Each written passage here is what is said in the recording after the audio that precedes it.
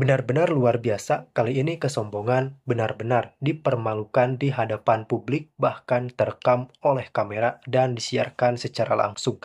Karena memang hal tersebut berkaitan langsung dengan debat sengit di salah satu acara yang memang menyangkut beberapa aspek kehidupan rakyat Indonesia.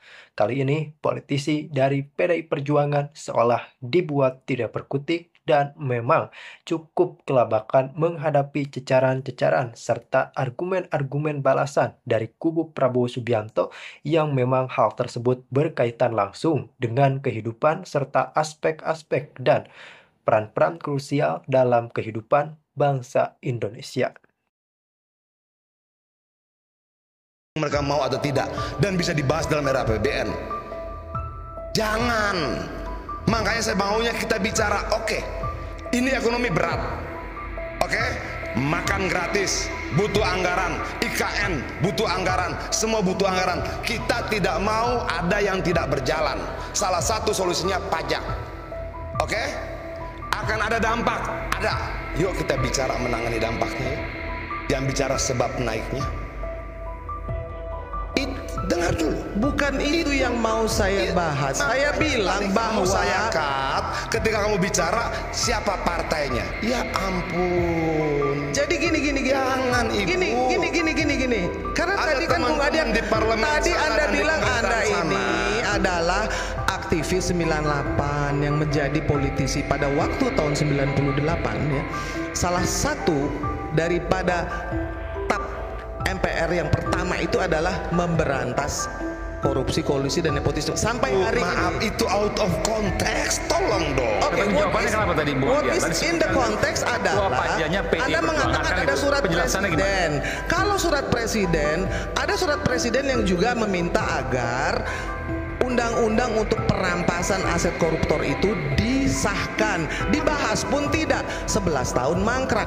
Jadi jangan menyalahkan pemerintah, itu yang menurut saya. Karena gini, lain soal. Kalau kita bicara soal teknologi, kenapa tidak merata? Karena BTS-nya korupsi, karena hukuman itu tidak tegak antara undang-undang terkait PPN 12% dan undang-undang perampasan aset koruptor. Dua konteks undang-undang yang tidak sama dengan proses yang tidak sama dalam momentum yang juga tidak sama. Lalu kamu mau menganggap itu contoh apple to apple? Bukan apple to apple, tapi itu bisa menjadi gimana ceritanya APBN kita supaya tidak bocor, hutang kita supaya tidak bertambah. Kalau ada yang bisa korupsi sampai 300 triliun, kita dari pajak aja mau saling menyalahkan. Mau saling menyalahkan. Oke. Saya tidak. Vonis tentang si Muiz itu di pemerintahan siapa?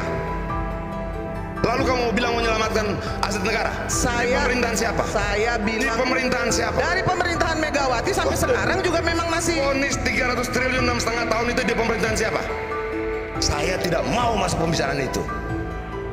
Kamu memaksanya untuk masuk pembicaraan itu. Kita bicara soal jadi untuk saya mau bicara dampak ekonomi yang harus kita lewati sama-sama. Caranya bagaimana? Apa yang membuat Anda berpikir politik? Apa yang membuat Anda berpikir bahwa korupsi tidak berpengaruh terhadap ekonomi kita? Bang Eman, izinkan saya menjadi angin sejuk. Ini ada dua tokoh-tokoh senior saya, ada Inang, ada Bang Adian, yang kedua-duanya sangat saya hormati. Yang pertama, sebelum kita masuk ke pembedahan isu teknokratis terkait PPN, saya ingin mengajak kita semua untuk kembali lagi ke pidato Presiden Prabowo ketika beliau dilantik di gedung DPR MPR.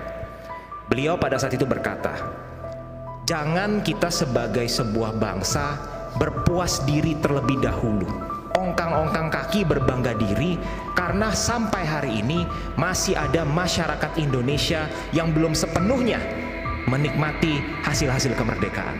Masih ada rakyat Indonesia yang miskin, yang tidak memiliki akses ke pendidikan maupun ke fasilitas kesehatan.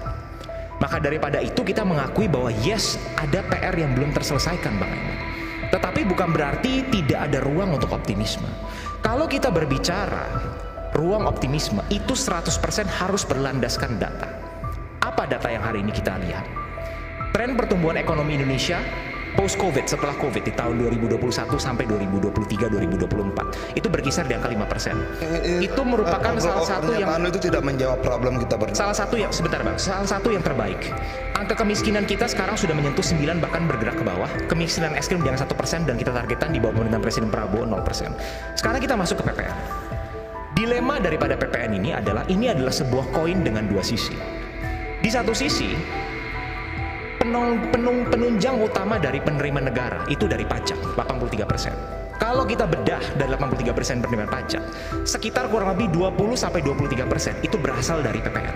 Kalau dirankingkan itu ranking kedua di bawah PPH. PPH kombinasi antara PPH badan maupun PPH 21 untuk karyawan maupun PPH lainnya. Itu ada ranking 2. Bahkan kalau di split itu kurang lebih angkanya PPN dengan PPH badan itu mirip-mirip angkanya. Sebegitu besar kontribusinya. Tetapi di lain pihak kami menyadari bahwa dampak PPN ini memang secara nature PPN pasti akan ditanggung oleh konsumen paling semua masyarakat Indonesia. Di konsumen tingkat paling akhir itulah nature PPN. Yang paling terefek adalah kalau kita berbicara persentil masyarakat, ada kelas atas, menengah, aspiring middle class, calon kelas menengah, kelas rentan miskin maupun kelas miskin. Yang tidak terpengaruh boleh dibilang itu hanya kelas atas. Mulai dari kelas bawah, menengah sampai kelas miskin itu semuanya terpengaruh. Nah, maka daripada itu kita perlu melakukan, pemerintah dalam ini melakukan mitigasi. Ini yang tadi bilang, antibodinya, Bang Adian.